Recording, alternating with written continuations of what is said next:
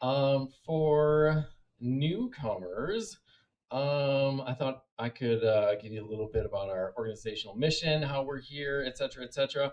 I've been told from recent folks in certain events that I should remind everybody what's going on with the whole thing, right?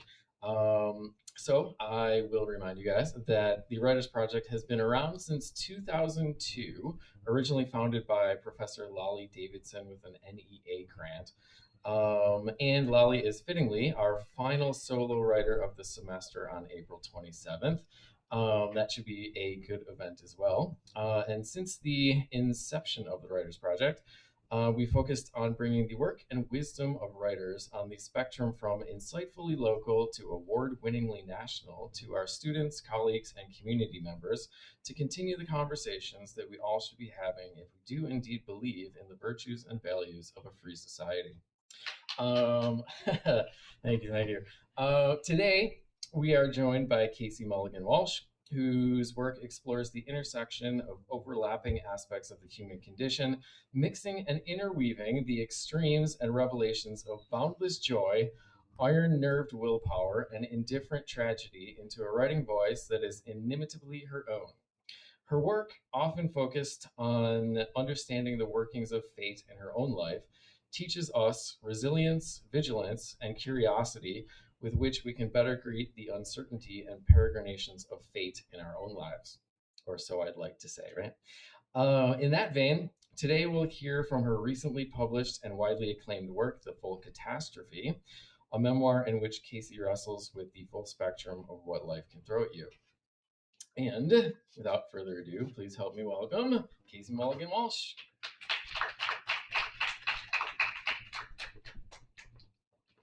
Right. Well, thank you for that. Tell me how this is. Can you hear me? Thank you for that beautiful introduction. I guess I'm under the heading of insightfully local. Is that There's a spectrum, a I'd say, little right? of You're both. but I've really been looking forward to this. I'm just really impressed with the writers project. Um, and I was really sad to miss Kathy Fish, who was here in November. So I'm going to be going right to YouTube to see that recording. I'm really excited to be here. Um, I'll be talking about living through grief and uncertainty, the journey of telling a deeply personal story.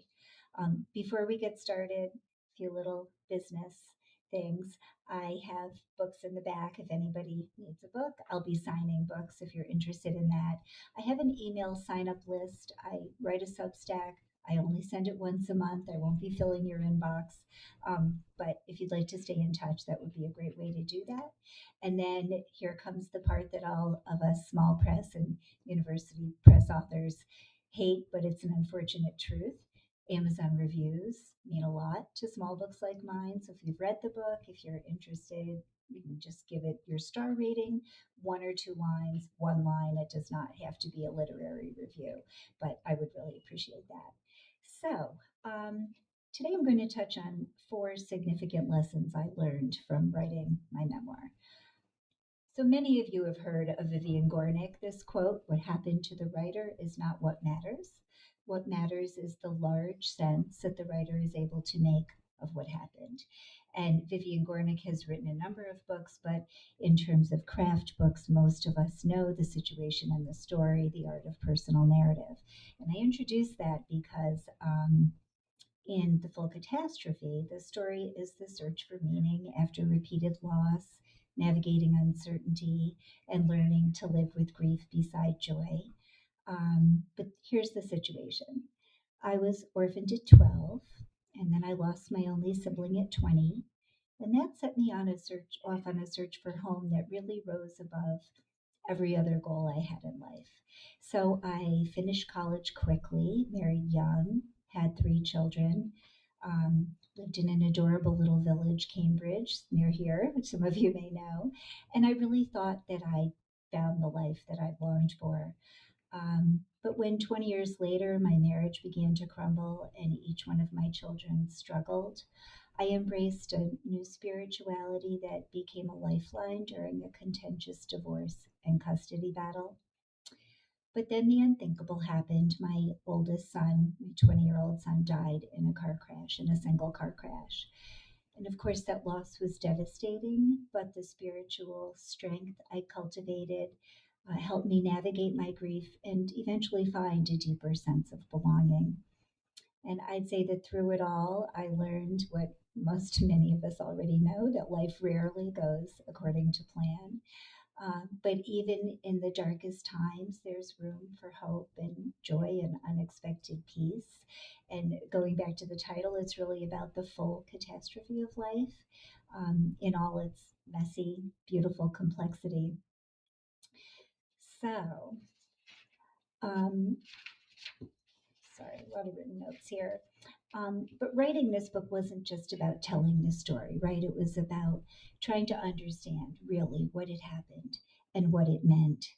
And so, one of the earliest lessons from this writing journey came from something unexpected, a musical. So, Stephen Sondheim's Into the Woods. I don't know how many of you are familiar with that musical. This summer, just after Eric died, several of his friends were appearing at a local production at Hubbard Hall in Cambridge of Into the Woods. And I went to see it not once, but twice. It was a little bit hard to watch because you'll learn more about this in a later reading, but there's some difficult matter in there for someone who's new in grief, especially losing a child. Um, but but what gradually surfaced for me were insights about what it means to enter the unknown, how our stories take shape, what as writers we can reveal and what we withhold, and how returning to the same material over and over again through different lenses can slowly change the way we understand our stories. So, lesson one, entering the woods, writing and living without knowing.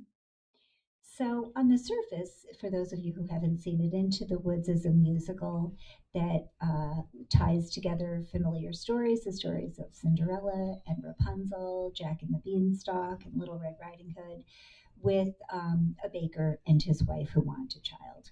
And so, what struck me though was the deeper metaphor that journeying into the woods means, again, stepping into the unknown, confronting fear and danger, and emerging transformed. We have a lot of terms that I've been really interested in this for a long time. We have a lot of terms that circle the same concept, right? Um, Liminal space, the Buddhist concept of the bardo, and one that I'm especially fond of that comes from organizational psychology called the neutral zone, which kind of says, when you're in a time of transition, you're in a place of uncertainty, and what we'd all like to do is jump back to where we were when it was comfortable. You can't do that. If barring that, we'd like to jump ahead to the next safe place. But the important thing is that in order to get to the place to emerge transformed, you can't use the same thinking that you used to use, right? You have to change the way you think and the way you see things.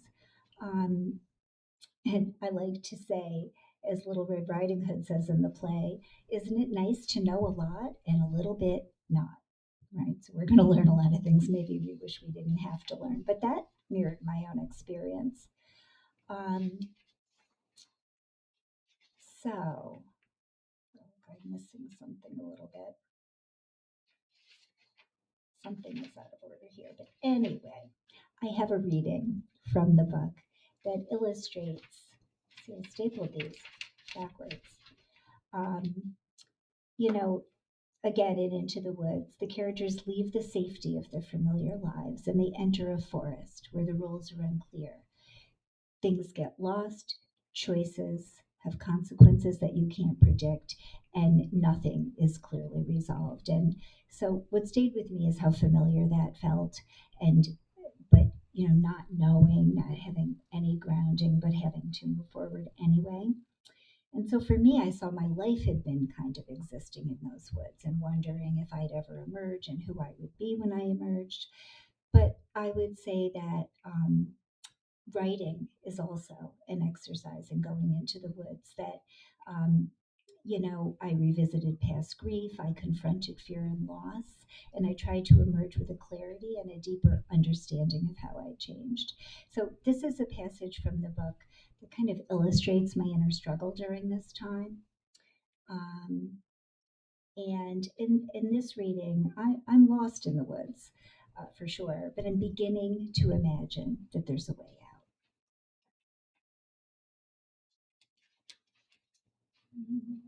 Here we go. Oh, the only little setup I have to give you is that Courtney mom that I am, was and am, when my son went off to college, I sat him down and made him listen to me read Oh, the Places You'll Go. And yes, I told him your childhood start, begins and ends with Dr. Seuss. And so I'm going to refer to that here. At home, Eric's either agitated or more often sad, spending days on the sofa, frequently sleeping there. So frequently, in fact, that the chain from his wallet wears holes in the sofa cushions, which I repeatedly flip and switch with the others until they've all been damaged, and there's no way to hide it. This feels like a metaphor for our lives right now. All of the good sides worn away, only the frayed parts left to show the world. That damn Dr. Seuss book haunts me. I hear it sometimes when I drive home in a quiet car, when I struggle to fall asleep, taunting me with silly rhymes about serious situations, making light of the furious careening toward nothingness. We're stuck there in that waiting place. Neither of us is very good at it. Yet fear of what we'll find at the other end keeps me, and maybe Eric too, from wishing it were over. Lying in bed on a Saturday morning in early June, mesmerized by the patterns of light and dark the sun beaming through the lace curtains creates on the ceiling, I think about the patterns in my own life.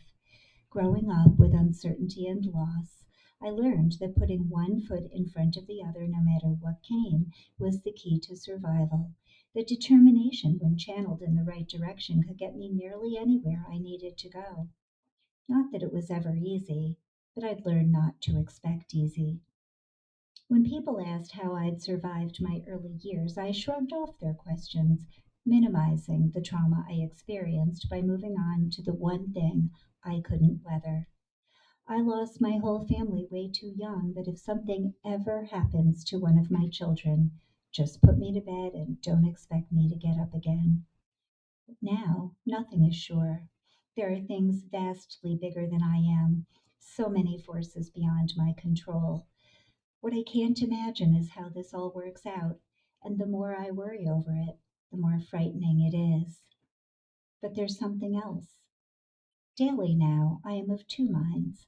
One person split in two, or maybe two distinct beings melded into one. While much of the time I obsess over how all of our struggles will ever be resolved, I'm gradually leaning into a new way to live. There are only two paths for me now, I think: hold tightly to everything I'm convinced I know, or find another way. This begins, of course, with believing there is another way. What if the things I hold most tightly were gone? The mother in me, who loves my children more than life itself, shakes her head and rages against the thought. But another voice reminds me we'll always be connected, even if we're separated by miles, or prison bars, or God forbid death. It assures me this letting go doesn't mean the thing I fear, that I don't love my kids enough. I've been making the movie of my life since I was small, freezing the frame, whether on film or in my mind, holding on to the things I couldn't make last, seeking a new perspective. The skills I honed as a little girl, as a tormented eighth grader, they've served me well. Now I'm sometimes able to rise above the landscape in a new way. I see us all here, scurrying about, protecting our territory at all costs, thinking this life we've created is all there is. It's easier from up there to see the whole picture. I am not the whole picture. I never was. We each have a journey, a life to live, choices to make. I can't make those choices for my kids any more than they can make them for me. and I certainly can't make things work out the way I'd like them to. Though it's been a long time getting to this place, I've begun to pray not for a specific outcome, but for the courage to accept whatever comes. I hear the kids, all three of them, rustling about downstairs, making breakfast, watching TV. It's a rare weekend with all of them home, and despite the dark cloud that hangs over each of us, this makes me happy. My heart is heavy, grieving the life I'd been so sure would save me, and worrying over the future. But more and more, as I feel the pain, I also recognize I'm choosing to feel separate, convinced love is in short supply when in fact I have enough to share. Every day it seems our situation worsens, and every day the peace I find when I push past the fear feels more lasting and real.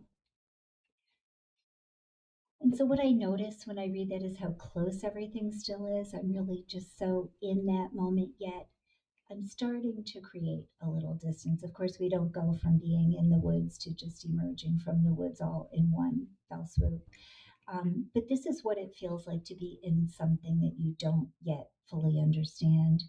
I had gone into the woods. I was deeply in this place of not knowing, but I was moving through. But as I kept writing from that place, something else slowly began to surface, which was lesson two, which I'll call finding the thread and defining the quest. So, my sainted husband, who's over there, who carried all my books in for me, um, he's heard every essay and every chapter and everything I've ever written. And he, is a big supporter and would have great ideas. But again and again, he would say, but what is this book really about? Right? Which is, it's always the essential question. And I would say, a little frustrated, it's about relentless resilience after repeated loss. Is that not enough? But one day, probably 10 years into writing, like a couple of years before the book, I had a book deal. Um, I was taking a webinar, yet another webinar, and it just hit me like a ton of bricks that the unifying theme in this book is a lifelong search for belonging. And it had been a little bit of a, I write a lot about Eric and Eric's death, understandably, but I had to really decide, is this book about Eric or is this book about me? And once that search for belonging clarified itself as the theme, it really changed everything. Um, and so, that's interesting because we are all trying to find where we belong, right? And it's especially now there's such a loneliness epidemic. And so this is only, I could say this again probably in every section, but each one of these things has a universal component. Um, but an interesting truth, this is a little bit of a digression, but that is that the more specifically we write, the more universal our stories become. And so, instead of general statements about what happened or how we feel, using that very specific detail really helps readers identify more closely. Um, so, what the essential question actually does is frame the memoir as more than just a series of events that happen, right? Creates the arc. So, why this story? But what is the deeper struggle? And so, in Into the Woods, each of the characters has a clear quest, right? So, we stay engaged because we want to know if they fulfilled that quest. Without understanding what that quest is early on, readers might just feel like they're reading disconnected memories, that there's no purposeful narrative. But with it, they understand the through line that connects childhood and adulthood and relationships and loss and all of those things. So, logistically, once I decided, like you might say, well, what does that matter? I'd written the whole manuscript, but once I really decided that the thread was the search for belonging, two things happened. I could steer every scene very gently in that direction, so use a light hand, but leaving breadcrumbs that remind readers that this is where you're going. But the other thing was that the work of the prologue or the first chapter really comes into play here. And I don't know, I'm out of order here, so we're just going to go on. The prologue or the first chapter really need to do a few things, right? They need to hook the reader, make you want to keep reading. They need to um, set up, set the stage for the rest of the story. But they also need to kind of let the reader know what the essential question is, what they're reading for, what the quest is. And so I have my prologue, and I'm checking the time. I think I'll read the whole prologue. So I want you to notice that it's a scene.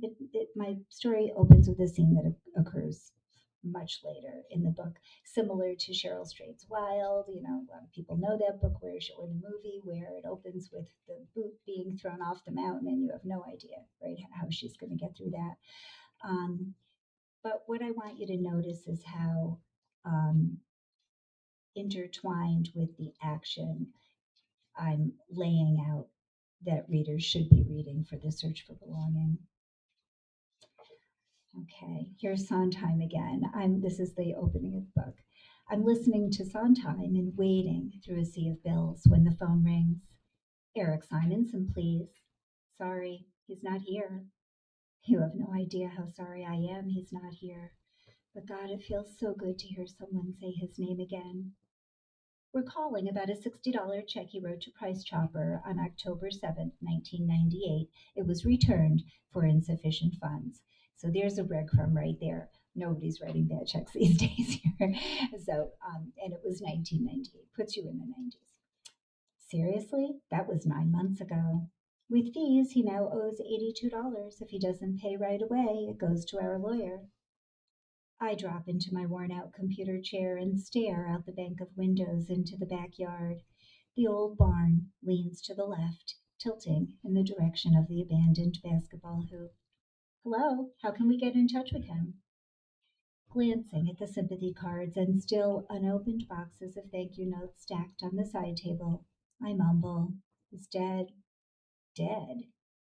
I detect a note of skepticism. Dead. He died on June 12th.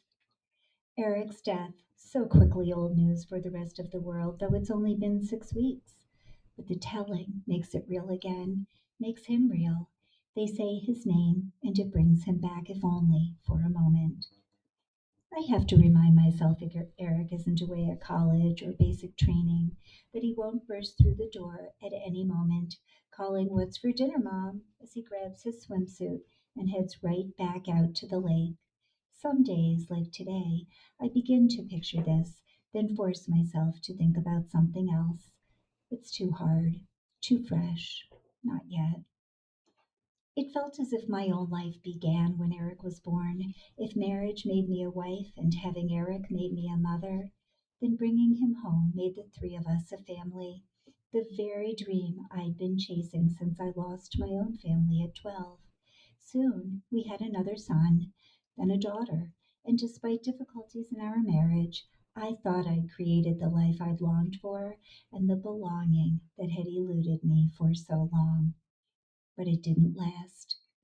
"We're sorry for your loss." The voice in the phone jars me back to the present. "Just send us a copy of the death certificate." "No." It falls out of my mouth before I even have time to think. "No, ma'am, we'll need a copy of the death certificate." My words come out in a rush. "Sorry, I'm not sending you one. It's public record. What are you going to do? Have him arrested?" Standing in the great room now, the cordless phone to my ear, a sigh escapes me. My attention drifts, and I use my free hand to wrestle the wooden filing cabinet drawers closed. They're falling apart, overflowing with the bills, family court documents, and school records lawyers insisted I produce during our protracted divorce and custody battle. There is, at last, nothing left to prove. I've been proving myself forever, staying with friends when my parents were ill, living with relatives after they both died, then folding myself into my husband's family as though I'd always been there. I became adept at finding ways to fit in. If I alternated between smiling sweetly and proving my worth, I hoped I could strike just the right balance. Maybe I could fool them all into accepting me as the permanent, no matter what happens, family member and friend I long to be. We're attempting to collect a debt. Someone has to take care of this, or you'll have to send us the death certificate. I understand. I just won't do it. This refusing to explain, producing no evidence is strangely exhilarating, freeing, sympathetic to the caller. She is, after all, only doing her job. I stopped short of being rude, sticking instead to statements of fact. Several volleys later, collection lady wholly unsatisfied, I hang up. Week after week, well into the fall, I answer the phone to hear a new caller with the same familiar request. We're looking for Eric Simonson. I'm sure the fact that Eric has died is right there on the screen, so I've run out of patience for gentle disclosures of his passing. You're going to have a hard time reaching him. Would you like us to stop calling? She skips feigning ignorance and jumps directly to impatience. I draw in a deep breath, then let it out slowly. You bet. Then send us a death certificate. Sorry, nope, talk to you soon. I can't pin down the complicated feelings these calls evoke. As annoying as they are, these requests remind me Eric's still my son. I'm still his mother. Yet finally, I've had enough. I arrive home from work one evening in early fall, toss a piece of salmon on the grill, and run for the phone, jangling inside. Balancing the tongs on the empty plate in one hand, I grab it on the seventh ring. Eric Simonson, please. I stopped what I was doing and ran into the house for this. Listen, he's dead. He was dead the last time you called. He's still dead. He's probably going to be dead the next time you call. Why don't you just save your breath and stop calling? Months later, I realized they did. I couldn't have known we'd had our final skirmish until the phone went deafeningly silent. I'm sad the battle's over. Now there's no one calling for him, saying his name. But Eric's is not the only name I long to hear. I'd have given anything to hear, "Aren't you Bob and Elizabeth's girl?" just once, through my teens and into adulthood, when I yearned to know people who had known them. Their absence left a hole I spent decades trying to fill. No matter how fast I shoveled or how rich the soil, the pit remained. Though I couldn't rewrite my own history, I'd been certain I could protect my kids from this same ache by putting down deep roots in a small village. Yet even this didn't save them from the pain and struggle I'd have given anything to prevent. Maybe it's genetic, that elusive sense of being entitled to a place in the world. Maybe some, the lucky ones, inherit the secret code and pass it down to their children. I wondered how that would be for far too many years, waking up in the world like you already knew you belonged there. So most of this was an essay that was published ages ago in Modern Loss. But when I realized that this was going to be the prologue, um, the work that I had to do right was to steer the reader at the end of the prologue toward the search for belonging, and so that's the essence of finding the thread. Um, the third lesson is it's okay to give away the ending at the beginning. Um, Emotional truth in memoir really rises above suspense. So as writers, we're always, a little worried about giving away the big news up front. Um, but memoir again the suspense is emotional, not based on plot twists. And so giving away the ending up front can allow the writing to be honest and nuanced and emotionally true. So the question is, how do we keep readers engaged moment to moment?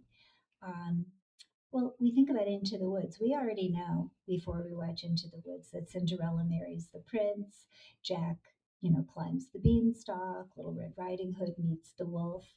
So the endings aren't surprises, but the emotional truth lies in the unfolding of the story.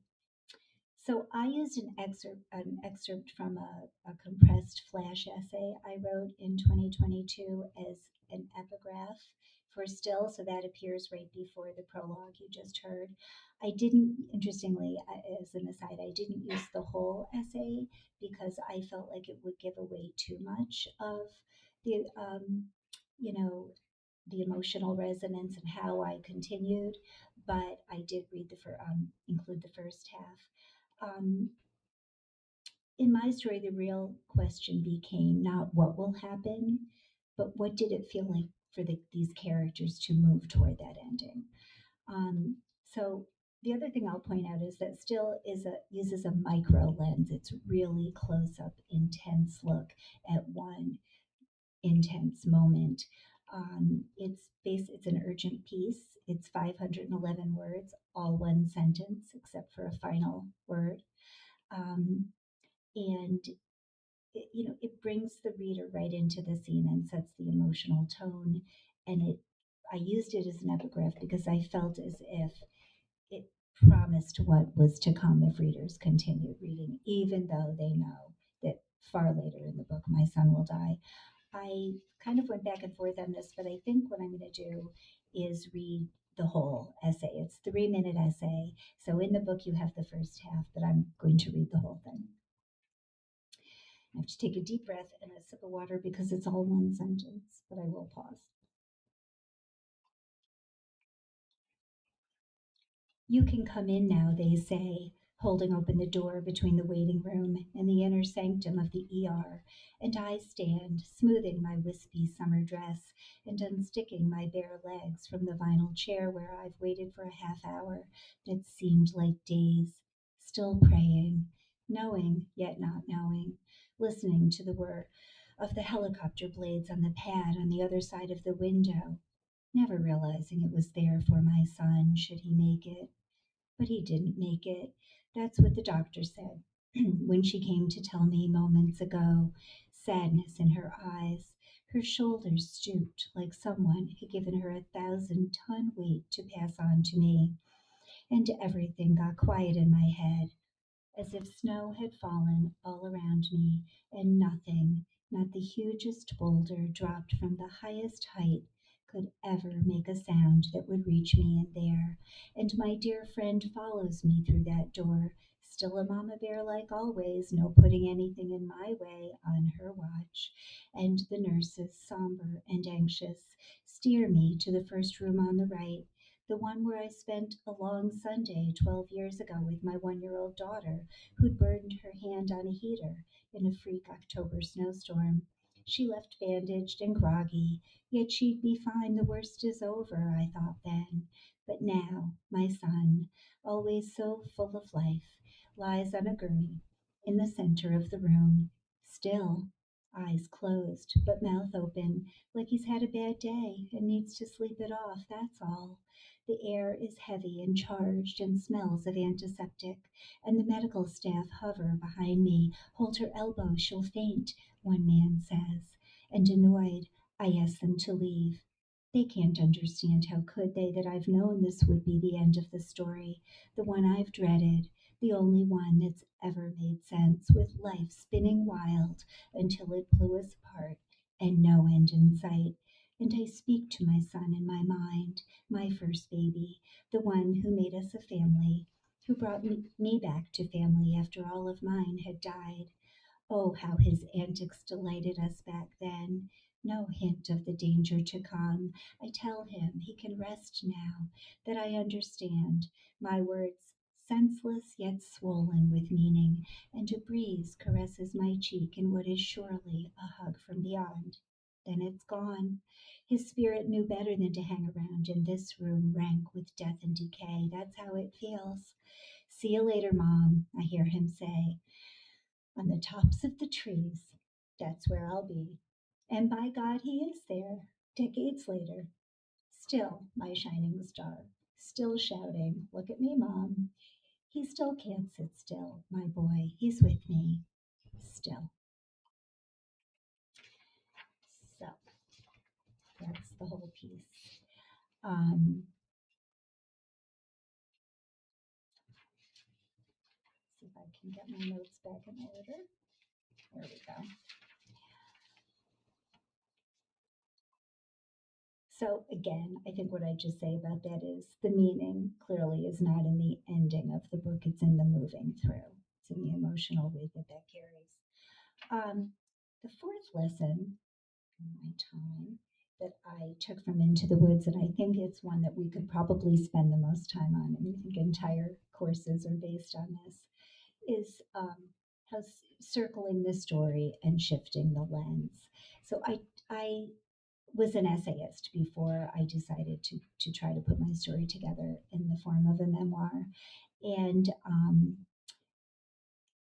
well, I'm going to back up a little bit. So, Into the Woods, for example, it circles back to those familiar fairy tales in Act Two, but everything changes because now we're viewing those fairy tales through a different perspective, through consequence, time, new emotional distance. And so, this shift in perspective is what gives us as viewers of the play or the movie a deeper understanding. And I think that shows us that meaning doesn't come from telling the story once, but often from returning to it again and again and again through changing lenses and see what comes up. So, it's kind of like journeying into the woods, like circling again and again helps us to become wiser. Natalie Goldberg, in her very famous craft book, Writing Down the Bones, calls this composting. And she points out that writing isn't linear, that if we return to our stories over and over and layer experience each time, something new is revealed. In fact, in my author's note, I talk about this that each time we revisit our memories, we do through the lens of who we are then and our imaginations. And so every time we revisit a memory, it changes for us. Um, so I enjoy writing with constraints, like still, which is all one sentence. Um, and as I, so I'll back up. I have written countless pieces about my life of loss, but really mostly about the death of my son, right? About grief and uncertainty and loss. And so I think this is advice I needed a few years ago, which is it's not only okay to keep writing about this thing that you obsess about, it's actually there's a reason to do it, and it does bring you to a deeper place in your writing, but also I think in your understanding. um, so I wrote compressed flash essays like Still. I wrote braided essays like The Beautiful Game, which I'm going to read at the end. That takes a wide angle view, and time folds back on itself, and there's like a whole different perspective there. And it even circles back to include Into the Woods. Um, and I yeah. And so then I've written second person essays. I wrote a how to essay called A How To for Desperate Times. That's kind of instructional and takes on that tone of, how you survive a life like this. I wrote a hermit crab essay that was a help wanted ad, help wanted preemptive griever. That's a little tongue in cheek. But if borrowed structures can let emotional material rise to the surface. I think what happens when you do this is you stop telling the story in the way you always tell it. We always have we have a story we tell ourselves about everything that's happened to us. But if you're, having to fit into a certain constraint, I find different things rise to the surface. I recently wrote a piece that was not about Eric. That was an ABCdarium, so every sentence begins with a letter of the next letter of the alphabet, and you wouldn't know it. It's not, like our childhood A, B, C, D, but if you look closely, you'll see that the next sentence begins with the next letter. So there's so many ways to shift the lens in writing, right? We can change distance, like here, zooming in on a moment or zooming out.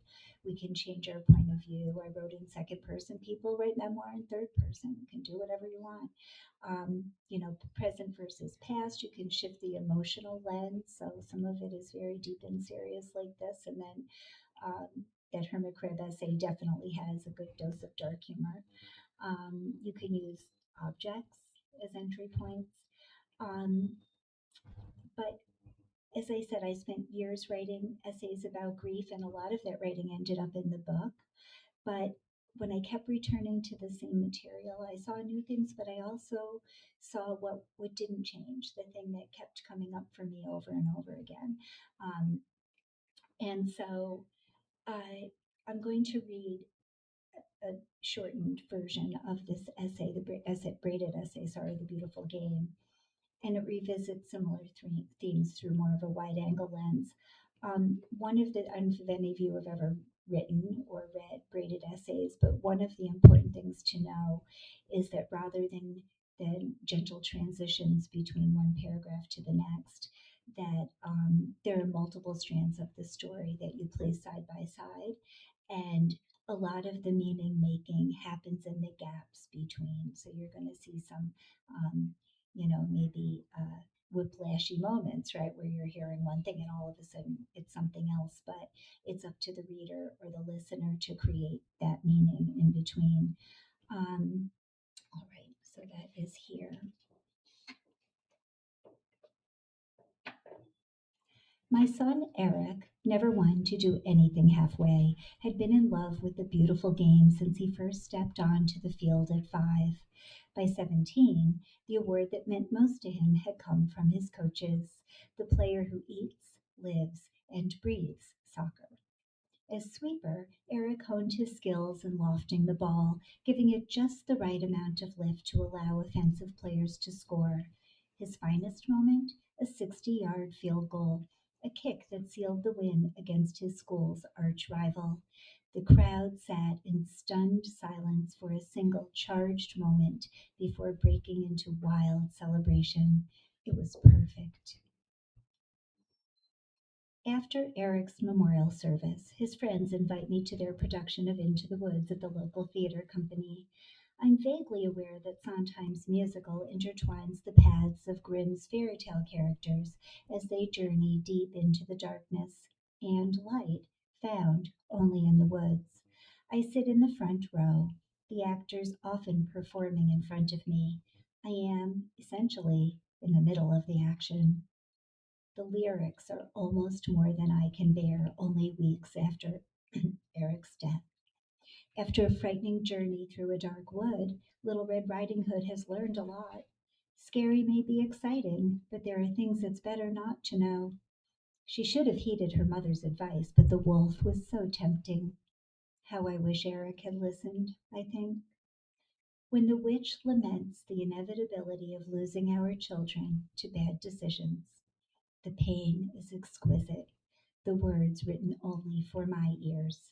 I struggle to maintain my composure. Eric's voice was commanding as he barked directions to players upfield of him, leading with the authority of his position.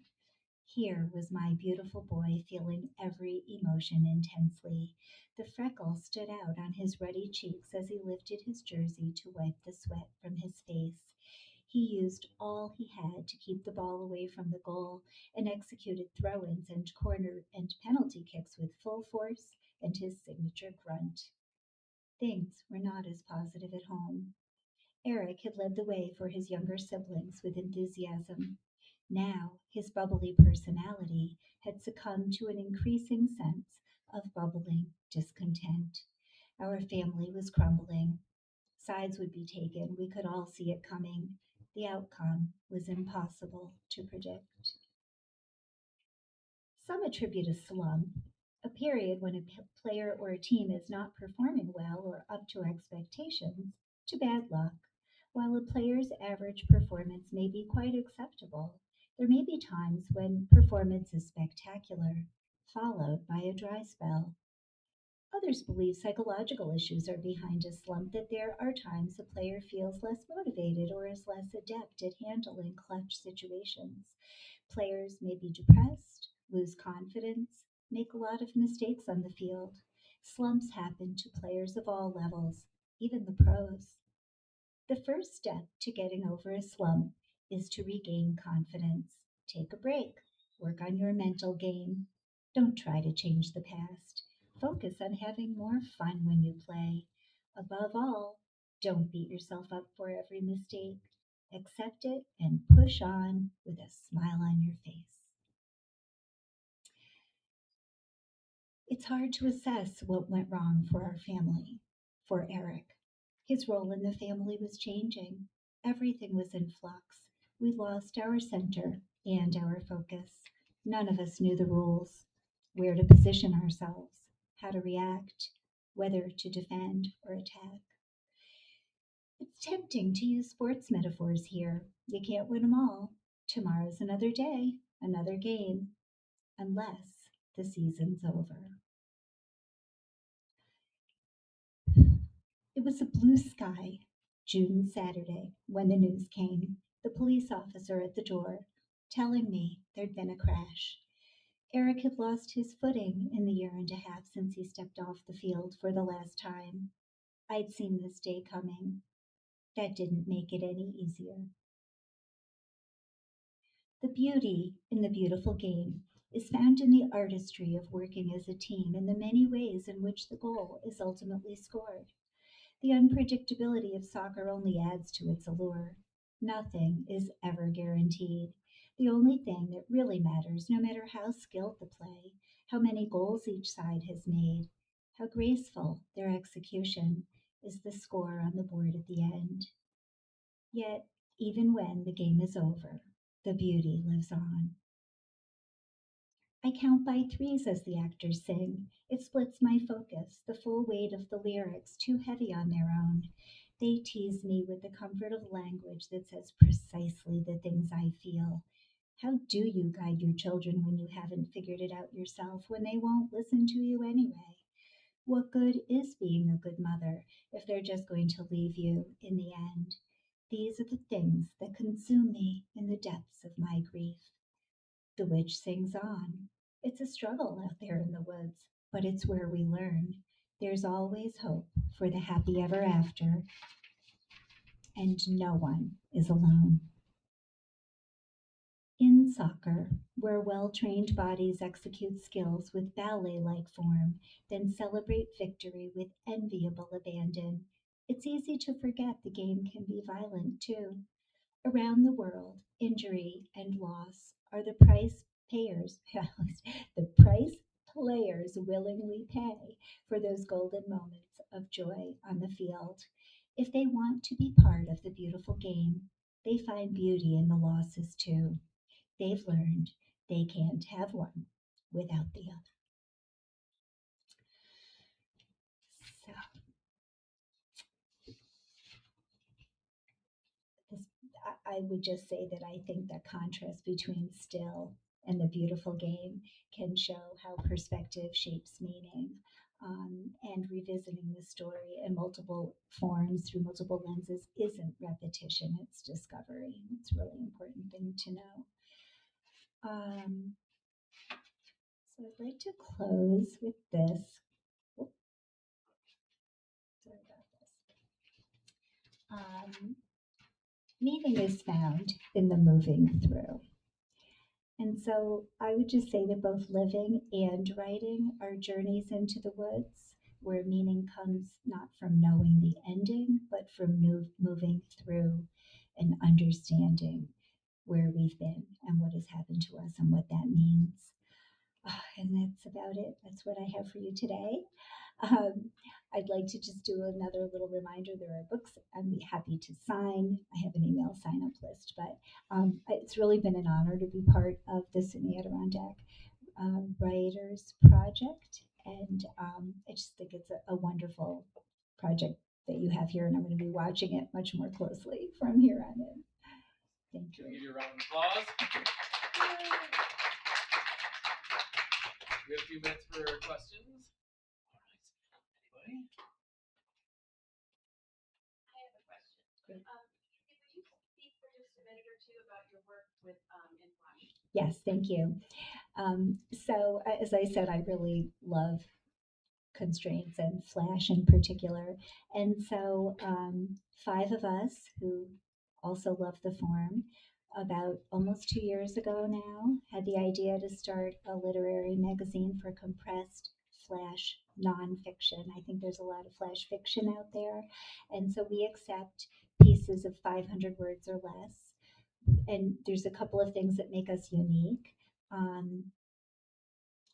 We have a theme every month, 10 months of the year. We have 2 months that we take off. And so you would be writing to a theme. But also, what we do is read all of these, of course, very carefully, and we select our one favorite piece so that if you're chosen to appear in that issue, the writer of the piece is the star. So we do a beautiful introduction. We post the piece. There's kind of a nice extensive Q&A, so the writer gets to talk about the background of the piece and all of their other writing. Um, and so, yeah, it's a Substack publication. It's called In a Flash. And if you Google that, I think you'll find our homepage. And there's the pinned post right up front are the submission guidelines. But we have published really experienced writers and brand new writers. So no gatekeeping there in that way. And we read blind, so we don't know whose work we're reading. Yeah, thank you. So we have a lot of developing writers here. And one of the things we often come back to is the process of, writing whatever it is, a story, a poem, a book. We've heard a little bit about the process, but could you say more about the process of this one from idea of what to do to, Right. publication? Yeah, yeah. So I don't know if I want to say my process was unusual because I think everyone has an unusual process. But as I alluded to, um, I mean, I always knew I was like a good quote good writer, but being a technically good writer is vastly different from being a good storyteller, right? They're two related, but definitely not the same skills. And so I started writing essays in 2011 with Marion Roach Smith in Troy. And I took a couple of her writing what you know courses that she used to do in person. And I'm a big connector, I'm a big relationship person. So the first thing I did was pick about 6 people from that group, and we formed our own writing group. And the beauty of that is that we met every 2 weeks for 7 years. And my personality is I'm not going to show up without work for people to look at. So I wrote an essay every 2 weeks for 7 years. Probably not quite that because sometimes we were revising or whatever. But early on, I didn't even know you could send an essay to a magazine and they would publish it. I was just writing. I had something in the Times Union and I read essays on WAMC. But over time, I had other experiences. I went to other workshops and things. And in 2017, I, just about now in 2017, I came to the point that I thought, just let me back up. Essay collections are not easy. I don't mean to make it sound that way, but the path of least resistance for me would have been taking all of these essays that I had written and let's make it an essay collection. But I knew this really needed to be a story with a narrative arc, and I knew that the hardest job I had was to take the reader through on this journey with me so that the day that Eric dies, you know who this mother is and who this boy is and what people we are and how we got there. And the only way that that could really happen was through a connected narrative arc. Um, so, logistically speaking, my husband was at a conference, I was in a hotel room, and I just like fleshed out in order what I thought the chapters would be. And I pulled like the best writing from every essay and kind of loosely plopped them in where I thought they would go. And then I spent the next year and a half or so getting a full first draft, which was a third longer than this book. I had to cut a third of the book. And then I got some editorial input and really struggled. It got to the place I think a lot of us get to where, like, what's the best structure for this book? I could have braided it. I could have had every other chapter be my childhood. And the danger with a book like mine is that it comes off more as autobiography than memoir because I start, there's scenes in there where I'm 5, right? Um, but the fact that there is a unifying theme and those themes all fit that, I decided that the kicking off point would be the death of my mother. And so you hear some things about when I'm younger and my parents are alive, but those are all kind of brief flashbacks that bring you back into the current story. Um, but the structure, I think, is a big challenge for a lot of us, and what's the thing that's going to pull people in and make it propulsive. Um, One of the last editorial passes I had, I think the book was very much like it is now, but she really helped me, I think, get it to the next level by um, taking some exposition and making it seen, taking some scenes that maybe didn't happen in a row and making them happen in a row because, that's that old, I don't know if you've ever talked about the South Park method of storyboarding, but, and I won't get these connectors right, but the way they make that show so propulsive is every scene has to be connected by but or because or, and when I was a speech language pathologist, I used that a lot, that if you can take like a couple of terms from high school physics or from whatever and connect them with but, with because, and with so, then you can illustrate that you understand causality and sequence and contradiction. So that's what they do. So I try to make sure that every scene flowed into the next scene with not those words, right, but with that kind of connection, and also that every scene, it's very challenging to write about something that was relentless to live without it feeling relentless to read. And so knowing that every scene has to add something, it has to bring it to the next level or introduce something you didn't know about the character. And so I guess what I'll say about that is that all those years of craft workshops I took, all those Zoom craft workshops, were really, really valuable. It was like getting an MFA a different way. Yeah.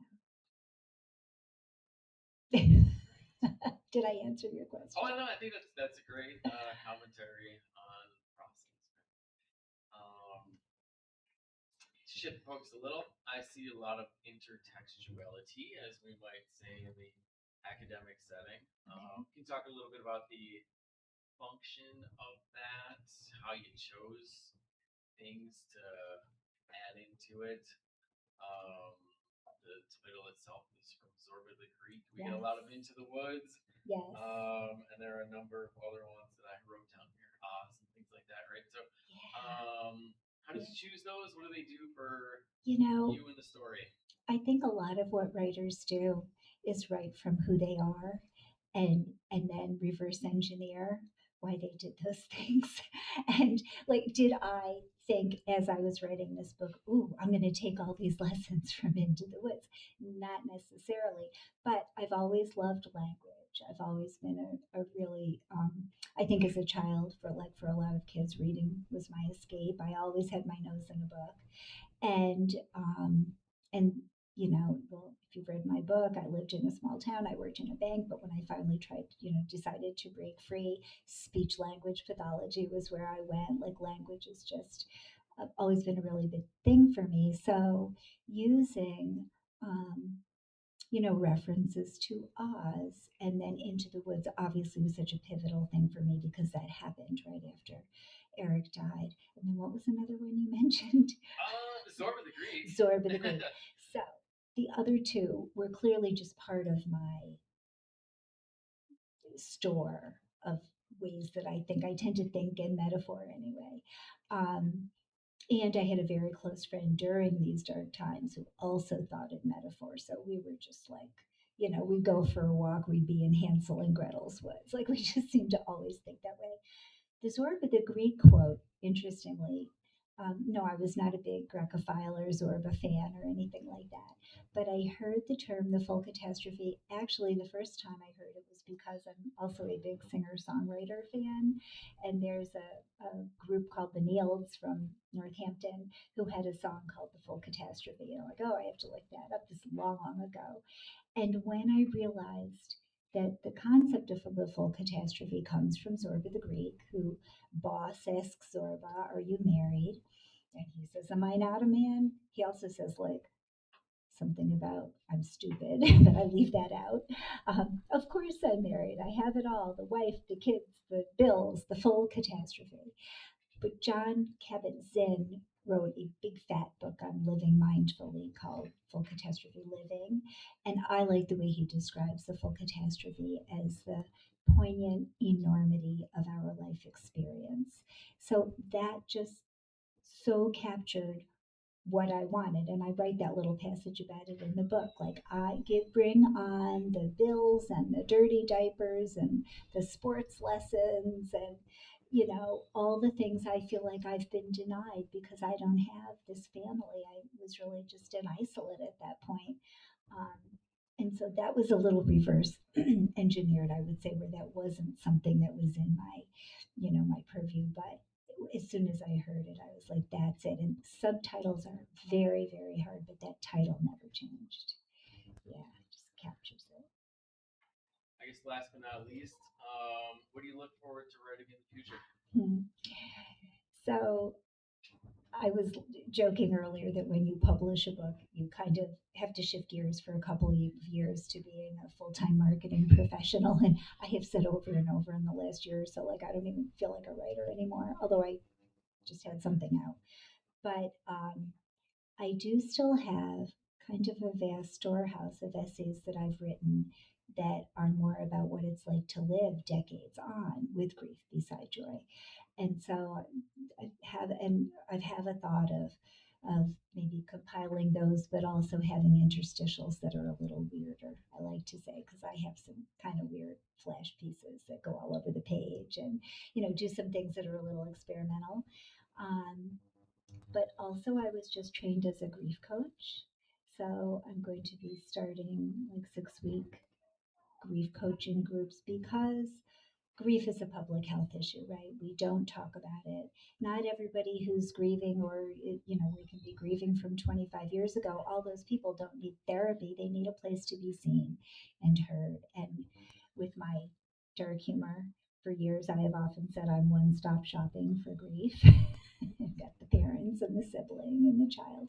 But um, in the way that I feel like writing the full catastrophe, I mean, it's really satisfying to write a book that people love the language in and everything, but it's more satisfying for all the people who have reached me to say how much it meant to them, how it made them not feel so alone.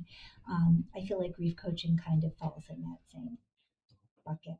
That's great, and seems like something we should talk more about, right? Yeah, for sure. Absolutely. Well, one more round of applause. Thank you for joining us. Thank you for having me.